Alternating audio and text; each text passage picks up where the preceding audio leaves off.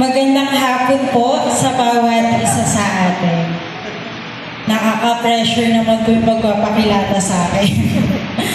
Okay, so magandang araw po sa inyong lahat, mga guro, mga magulang, mga bisita, at higit sa lahat, sa ating mga minamahal na nagsipagtapos.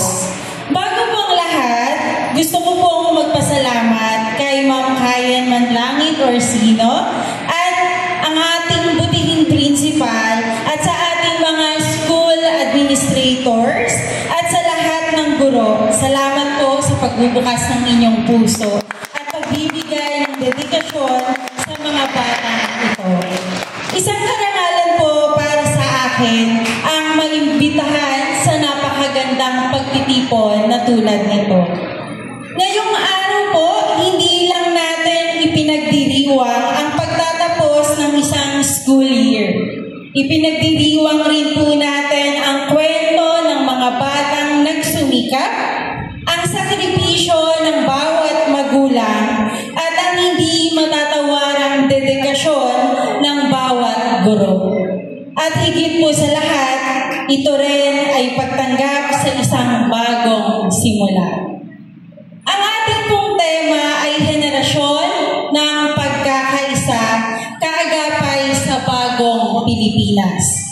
Tunay ngang napapanahon po ito. Dahil sa mundong puno ng hamon at pagbabago, kailangan po natin ng pagkakaisa. At kayo mga graduates, ang bagong henerasyong inaasahan.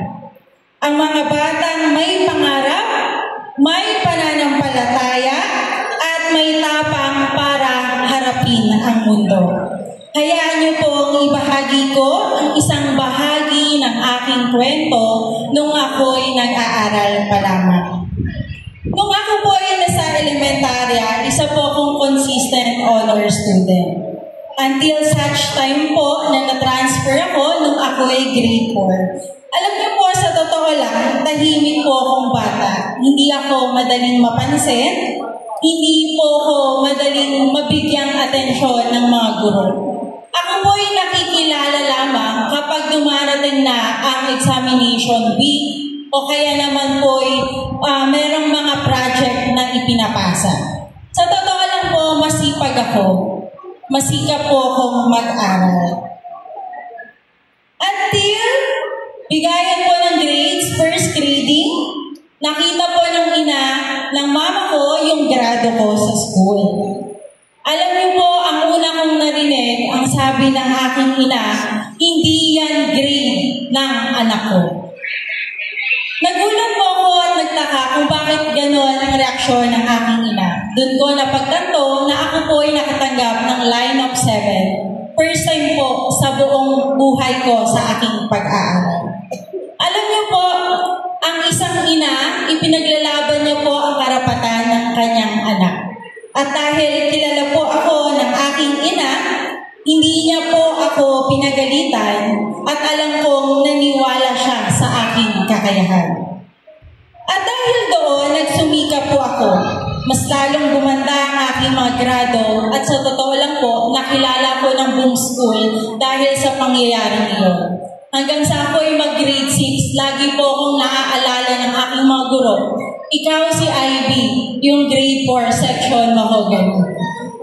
Kaya naman po, lalo po akong nagsumika. Minsan, isang tiwala lang po ang kailangan ng bata para magpatuloy, magsumikap, at mag-aral. At kadalasan po, ang tiwalang iyon ay nagmumula sa ating mga magulang. Kaya po gusto kong kausapin ang mga magulang na narito ngayon. Grades are important, yes. But your child's heart is more important. Ang mga salitang binibitawan po natin sa kanila araw-araw, iyon ang bumubuo sa kanilang pagkatao. Kung palagi po nating sinasabi sa ating mga anak na ang tamad mo, mahina ka, o wala kang mararating, huwag na po tayong magtaka kung iyon ang paniwalaan nila sa sarili nila. But if we say sa mga bata, kaya mo yan, ipinagmamalaki kita, at higit sa lahat, magtatagumpay ka. You are shaping a champion. You are shaping a destiny. Speak blessing to your children. Speak life to your children. Pray for them. Kayo po ang unang dapat maniwala sa inyong mga anak. Kayo po ang unang dapat na magmahal at magmalasakit sa inyong mga anak. At para naman po sa ating mga guro, huwag po ninyong baliwalain ang isang simpleng komento ng papuri o paniniwala. Nung ako po ay mag-first year high school, wala po akong honor nang matapos ang taon. Pero alam niyo po, sabi ng teacher ko sa aking ina, kung magsisikap pa si Ivy, kaya niyang makapasok sa top. Alam niyo po, narinig ko yun. Mula noon, mula second year hanggang fourth year, I was always on top. Isang guro po ang naniwala muli sa akin. At iyon ang aking naging lakas. Kaya mga guro, salamat. Hindi nyo alam kung gaano kalayo ang nararating ng kabutihan ibinibigay ninyo sa mga batang ito. At sa inyo, mga graduates, pahalagahan ninyo ang inyong pag-aaral. Magpursige, mangarap, huwag kayong matakot sa hirap dahil minsan, ang hirap na yan ang hubog sa inyong tibay. At sa paglaki nyo, lakihan ninyo ang inyong mga pangarap. Huwag kayong matigil sa pagiging empleyado lamang.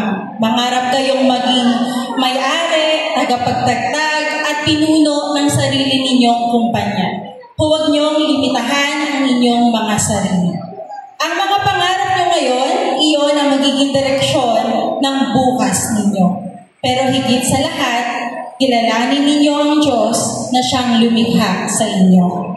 Marami po akong pinagdaanan, pero natutunan ko na ang tagumpay na walang Diyos sa buhay ay hindi po kompleto. Sabi sa Proverbs 3 verse 5, "Trust in the Lord with all your heart and lean not on your own understanding."